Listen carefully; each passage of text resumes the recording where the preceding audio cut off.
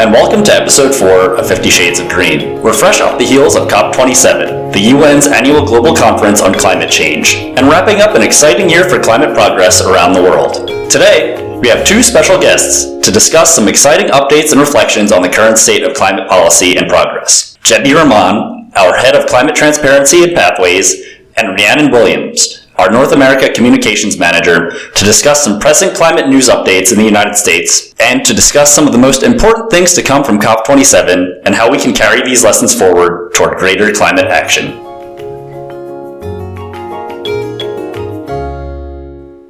Rhiannon, welcome to 50 Shades of Green. We are so happy to have you on here as part of the show, and there's been a lot going on over the past year or so in terms of climate updates and actions, especially with the IRA. We're just off of COP, and it would be great to hear some reflections or perspective from someone who works very closely in this space about things to look forward to or reactions to certain things that have happened over the past couple of months. What has been going on?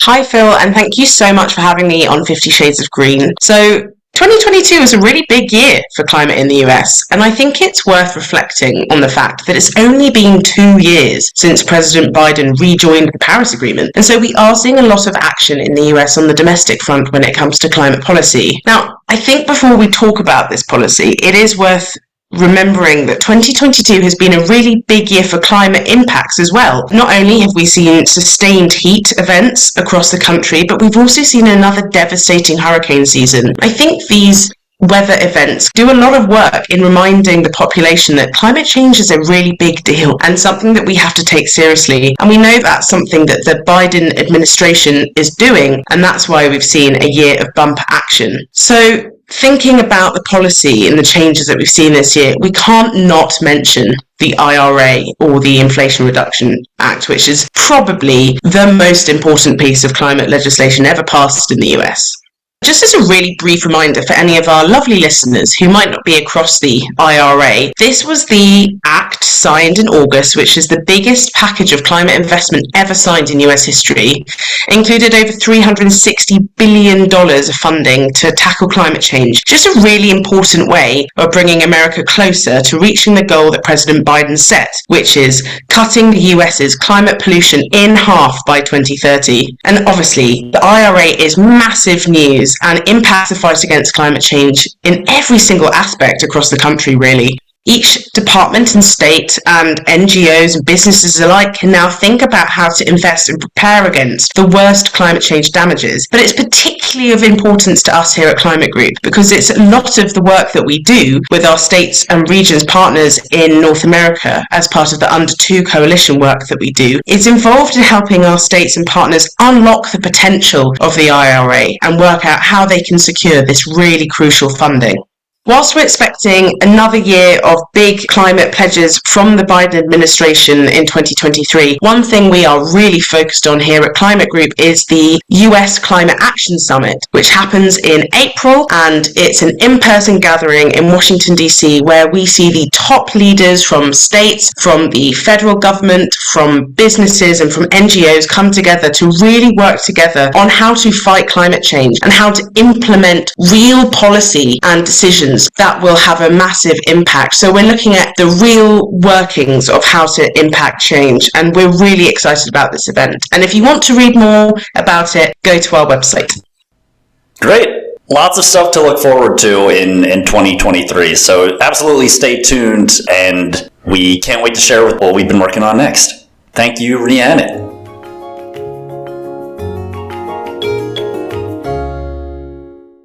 With so many moving parts and ways to address climate change coming from the conference, we have with us today Jebi Rahman, our head of climate transparency and pathways at Climate Group, to discuss some of the most important commitments, goals, and initiatives, and how they will shape the future of our world and the fight for climate action. Jebi, welcome to 50 Shades of Green. We're so happy to have you on the show. And I would love to get the conversation started off with, what do you do at Climate Group? I think the listeners at home would love to hear more about you and how you got into this line of work. Thanks so much, Phil, for having me on the show. For the benefits of the listeners who may not be familiar with our work, Climate Group is an international non-profit. We work with leaders and decision makers from business and government to drive climate action fast. We are the Secretariat to the Under 2 Coalition, which is the largest global network of state and regional governments committed to achieving net zero emissions by 2050 at the latest. And we bring together over 270 governments representing 1.75 billion people and 50% of the global economy. So the Under 2 Coalition has been named as one of the international partnerships with the highest potential for emissions reductions. As the head of Transparency and Pathways, I've been responsible for ensuring that we hold our governments to account for their ambitious climate goals, and they are required to report regularly on their targets and plans to achieve net zero so that we can track their progress. I also oversee our capacity building and knowledge sharing programs, where we've worked mostly with states and regions from developing and emerging economies to develop their greenhouse gas inventories and monitoring, reporting and verification systems to understand where their emissions are coming from and to track the progress of any actions they implement, and also to develop their long-term decarbonisation pathways. So this year we've piloted an innovative project with Climate Trace using satellite data and artificial intelligence to provide states and regions with a recent time series of greenhouse gas emissions data, which has generated a lot of interest in potentially speeding up how we track emissions and moving us more quickly into action. Going forward, we aim to access more climate finance to support state and regional governments to implement some of the mitigation actions they've already identified. Wonderful. I mean, it's all super interesting and honestly very helpful to engage a lot of the subnational entities and governments and states out there that really need to be engaged in this sort of work to have some meaningful climate action. And seeing all of this come together at COP27, I mean, we're in the 27th iteration of this conference right now. Progress varies from year to year, I'm sure. So how do you think this COP differed from previous years? Did you see anything change? Did anything defy or meet your expectations? So this was my 5th COP. I first started at the one in Paris 7 years ago. And I think the expectations for this COP were quite low. Unlike Glasgow last year, where countries were expected to submit their updated nationally determined contributions following the Paris Agreement, or UAE next year, where we'll have the first global stocktake, it wasn't considered to be a major COP. In addition to that, logistically it was projected to be quite challenging and expensive, being held in the resort town of Sharm el-Sheikh. And much like the World Cup this year, there were concerns about the human rights records of the host country, which put activists such as Greta Thunberg off from attending. But in the end, it was the second biggest COP following Glasgow, with more than 33,000 participants from around the world, and it was described as an implementation COP following all the pledges and commitments we've had in previous years, and the idea was to focus on action. And I think the most significant and unexpected outcome of this year's COP was the agreement to set up a loss and damage fund. So this has been a demand from climate vulnerable and low-lying countries for years, but there has always been pushback from developed countries such as the US or those in the EU who have been concerned by the implications of liability and compensation associated with it.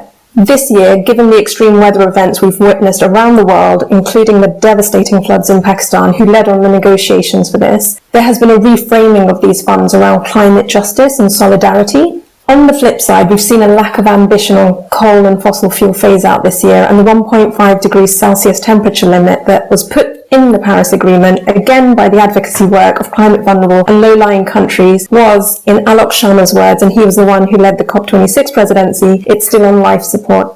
True. I mean, there's so much that went into this, and I would love to get your thoughts about a loss and damage agreement in a bit. But just to touch on the states and regions that you mentioned, what sort of progress did you see from the states and regions, and what was their role in COP27?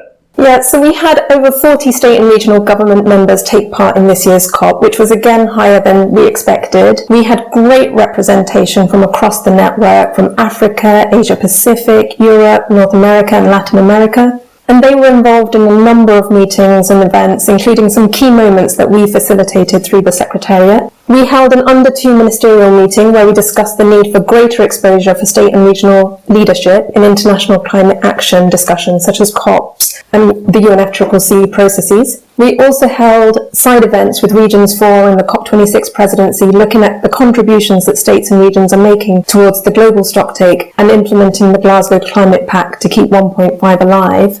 One of the biggest highlights for us at this Africa COP was that all 12 regions in Morocco signed the Under 2 MOU to join the coalition, and that was thanks to our partnership with FMDV, Global Fund for Cities Development, and the Association of Moroccan Regions. So we're really looking forward to working with them on their climate targets and plans, and we've seen that Morocco has already won the hearts of everyone at this year's World Cup too. We also joined forces with Committee of Regions and Regions 4 and other subnational networks on issuing a couple of statements for subnational governments to play a greater role in implementing the Paris Agreement and build climate change resilience. So one thing we really heard from our members was that in addition to emissions reductions, we need to focus on adaptation and resilience too. And do you think there's a better way for states and regions to take part in COPs and then to work with national governments on climate?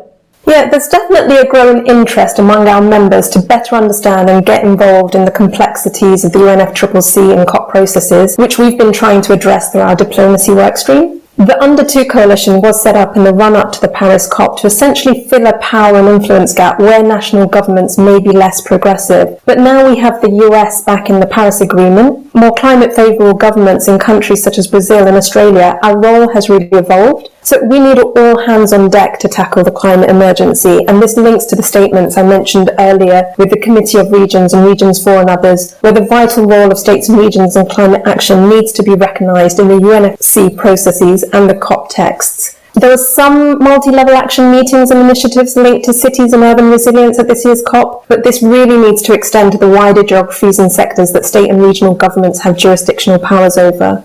And then outside of the COP process, we've been for a long time interested in building into our programmatic work more opportunities to facilitate multi-level dialogues between national, state and regional and local governments. So in the Global States and Regions Annual Disclosure Report that we published in 2020, we found that only 21% of states and regions that had been surveyed had been consulted in their national climate action plans. So that's a huge sort of gap for us there. So this year, for example, we've been working with the US State Department, Bloomberg, WRI, C40 and others on a new initiative launched at COP27 called SCALE, so it's Subnational Climate Action Leaders Exchange, which aims to support cities, states and regions in the development of climate resilient net zero targets and roadmaps in a number of target countries.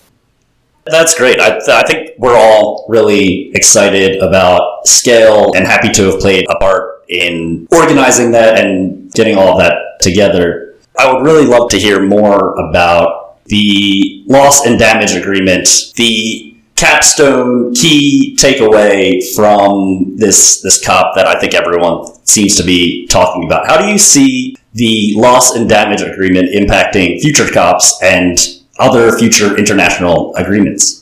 Yeah, so loss and damage is now being described as the third pillar of climate action alongside mitigation and adaptation. So this COP acknowledges for the first time that adaptation might not be enough to tackle some of the sudden or slow onset climate events and the economic and non-economic losses and damages that people and the natural world are facing. The next step for this agreement to set up a loss and damage fund is to actually operationalise it. You have to then address the sort of detailed questions of where will the money come from and who will be eligible to apply for it. So this is where we'll probably find that loss and damage fund hits some of the same stumbling blocks that other climate finance commitments have faced. For instance, there's a serious concern that the $100 billion per year from 2020 of new and additional funds to developing countries is not being met by developed countries. So far, $83.3 billion over 2 years has been put forward, but this has been combined with development aid and loans. This year, we also had adaptation as a key priority for the COP27 presidency, and there's a commitment to double the financing for adaptation by the next COP. But again, where will the funding come from and who will it go to? So for subnational governments and non-state actors, we have the additional challenge that a lot of climate finance is geared towards national government efforts. So we have a lot of work to do on building the case to fund climate action at different levels of government that are on the front lines of climate impacts. So one of the more promising outcomes of this year's COP has been a strong call for structural reform of the international financial architecture, for example, the World Bank or the IMF, to better serve climate and development goals. It's important to also note that the key role that our members such as Scotland and Wallonia have played in pledging funds towards loss and damage since COP26 last year. So Scotland actually started all of this in Glasgow last year with 2 million on the table, and then they added a further 5 million at the start of this COP. And Wallonia, I believe it's about 1 million or 2 million euros. The amounts are a drop in the ocean compared to the trillions needed, but it sends a powerful message about the role that state and regional governments can play in climate finance. That's great to hear. I mean, it does seem like we're making progress. So how do you think we can carry the progress forward made at COP27 into future events like the upcoming U.S. Climate Action Summit or Climate Week NYC next year, or even at COP28? The COP26 and 27 and the Climate Week NYC that we had this year was a reminder of the importance of bringing together like-minded governments to network and learn from each other after the 2-year break we had during the COVID-19 pandemic. I should also add that at the moment, COP15, the Convention on Biological Diversity, is taking place in Montreal, and some of our members are there together with members of Regions 4. And there were a lot of calls made at COP27 for an ambitious outcome at COP15 and connecting the two COPs together.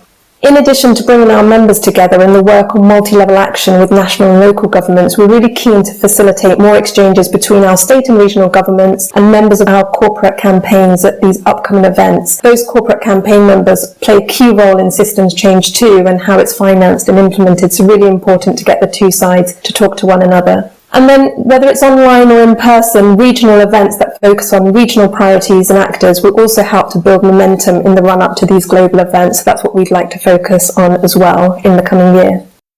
Wonderful. I mean, we're all really looking forward to some of the amazing events coming up in 2023. And I think the progress that we made this year, it's so important to be able to build upon that. And to close this out, Jebi, this is something that we try to ask all of our podcast guests, but what advice do you have to those looking to get involved in the climate space? Because it's so encompassing and overarching and sometimes can be seen as this very complex problem. Would love to hear a little bit more from you about how you got involved and how others can possibly do that too.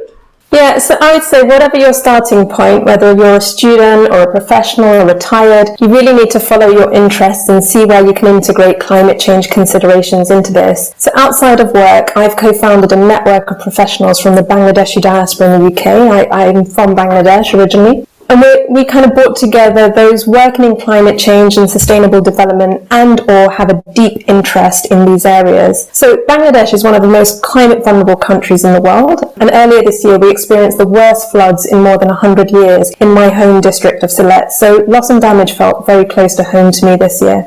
In our network, we have people like my sister, who's a human rights lawyer based in Glasgow, who was able to participate in COP26 last year.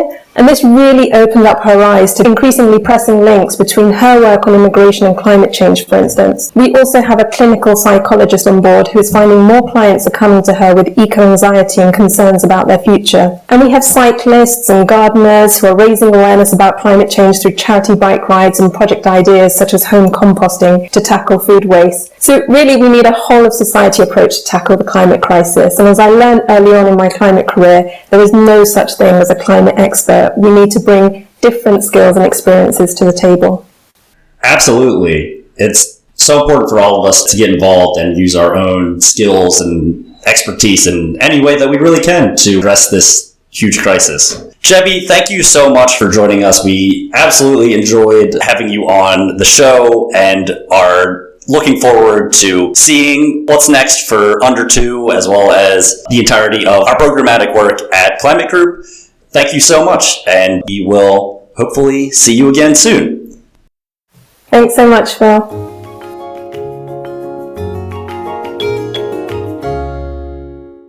Rhiannon, welcome back to 50 Shades of Green. We just got off this wonderful interview with Jebi and a lot of things to take away from this. It seems like COP27, it had its ups and downs, and especially with the loss and damage agreement, I think there's a lot to look forward into 2023, especially in the scope of our work here at Climate Group. So we'd love to hear your thoughts and reflections on COP27 and our conversation with Jebi.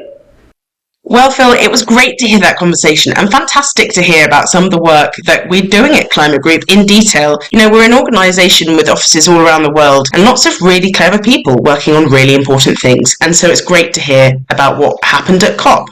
One of the things from this conversation with Jebi that really stood out to me, and was really cool, to be honest, was about the impact that COP27 at Sharm el-Sheikh had and the amazing progress that was made there, particularly with our states and regions. For example, the signing of 12 Moroccan states. I think this idea of it being a low expectation COP, you know, it's so great to see the international climate community and our partners coming out fighting and making real progress and showing that this is something that really, really matters to them.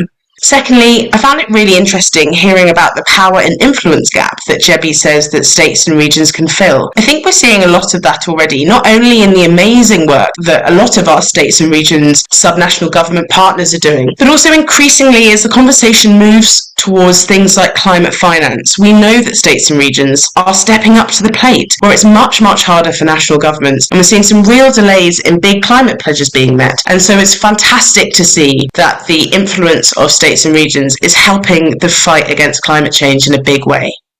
Absolutely. And this is something that I think we'll need to reflect on even further as we go forward into 2023 and see how these commitments really play out into the next COP and into events like the Climate Action Summit and Climate Week NYC. I think there's a lot of progress to build upon, and we're looking forward to seeing how it shakes out. Rhiannon, thanks again for joining us, and hope to see you next time or in future episodes. To our listeners, thanks so much for tuning in with us this year and making it a great one for climate action. Stay tuned for future episodes on Spotify, Apple Podcasts, or Amazon. We're so excited to show you all the wonderful things we have in the works for 2023, including the U.S. Climate Action Summit in April, and of course Climate Week NYC 2023 in September. Look forward to seeing you all in the new year.